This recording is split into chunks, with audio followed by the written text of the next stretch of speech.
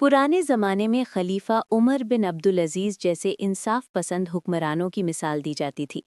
उन्हीं की तरह एक शहर में एक बादशाह रहता था जिसका नाम था सुल्तान नासिरुद्दीन। सुल्तान अपनी रियाया से बेहद मोहब्बत करता था, लेकिन वो सिर्फ महल में बैठकर हुकूमत नहीं करता था, बल्कि रात के अंधेरे में भेस बदलकर शहर की गलियों में निकलता, ताकि लोगों का असली हाल जान सके। एक रात सुल्तान साधारण कपड़े पहनकर शहर में निकला।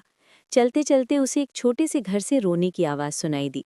वो रुका और ध्यान से सुनने लगा। अंदर एक औरत अपनी छोटी बेटी से कह रही थी, बेटी सब्र कर, खाना नहीं है, कल कुछ इंतज़ाम होगा।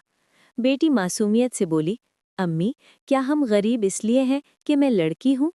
ये सुनकर सुल्तान का दिल कांप उठा। अगले दिन सुल्तान ने उस औरत और उसके शौहर को दरबार में बुलवाया। सुल्तान ने पूछा, तुम अपनी बीवी और बेटी को भूखा क्यों रखते हो? मर्द बोला, हुजूर मेरे पास कम कमाई है और मुझे बेटे की चाहत थी, लेकिन ये बेटी पैदा हुई। सुल्तान का चेहरा सख्त हो गया। उन्होंने कहा, क्या तुम अल्लाह की नेमत को ठुकराते हो? बेटी रहमत होती है, बोझ नहीं।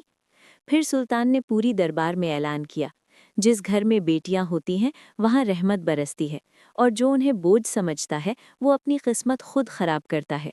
उन्होंने उस आदमी को सज़ा नहीं दी, बल्कि उसे समझाया और हुक्म दिया, अपनी बेटी को अच्छी तालीम दो, बीवी के साथ इंसाफ करो और मेहनत से रोज़ी कमाओ।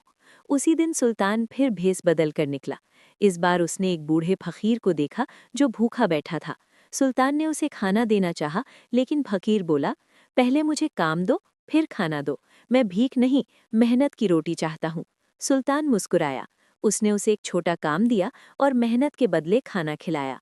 फकीर की आंखों में आंसू आ गए। आज मैंने इज्जत के साथ खाना खाया है। सुल्तान वापस महल लौटा और बोला, इंसाफ सिर्फ सजा देना नहीं, इंसाफ है किसी की जिंदगी सुधार देना। सीख, बेटियां बोझ नहीं, रहमत होती हैं। असली इंसाफ रहम और समझदारी में है। मेहनत की रोटी सबसे पाक होती है।